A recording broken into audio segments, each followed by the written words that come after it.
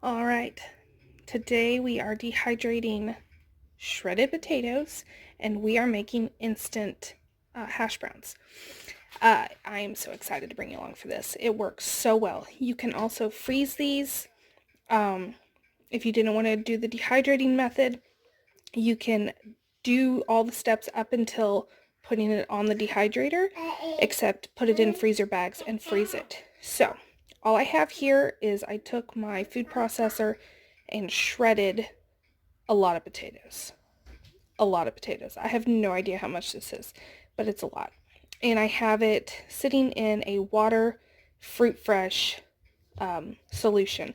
You can use citric acid, you can use absorbic acid, fruit fresh, anything. It's going to keep your potatoes from turning brown and black during the dehydration process or the freezing process. I do it for both. So I have these ready. They're getting ready to get drained.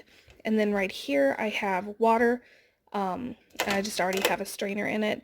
We are going to cook all of these for 5 to 7 minutes. So bring them up to a boil, let them boil 5 to 7 minutes, and then drain them. And once it's all done, I'll bring you back. Okay, so all I have done is I par cooked them for 5 minutes, then drained them, and then they wait and sat until I could hold them. You could rinse them. Sometimes I rinse them, sometimes I don't. This time I didn't because there were so many batches I had to do that by the time I got done, it was pretty cool, except for that last batch. So I have filled up all 6 of my trays with the par cooked potatoes, and we're going to let this go until they are nice and crisp, and then we'll be able to use them in so many recipes and dry mixes. Okay, so this is the finished product. This is the entire 6 trays. I didn't say that right. This is all 6 trays fit into this half-gallon jar.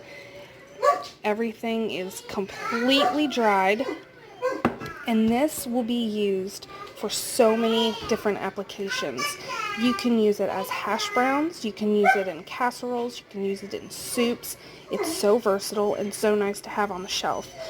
The way that I use it, and I'll go ahead and I'll do a video here soon of me using it, but you would rehydrate it in some warm water, and then put it in your pan for hash browns, or you can just throw it into soups and casseroles if you wanted to do it that way.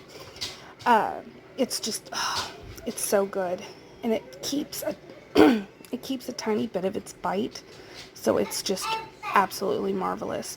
So I hope you guys enjoyed this video. I hope you get some ideas for yourself, and I will see you guys next time. Thanks for watching.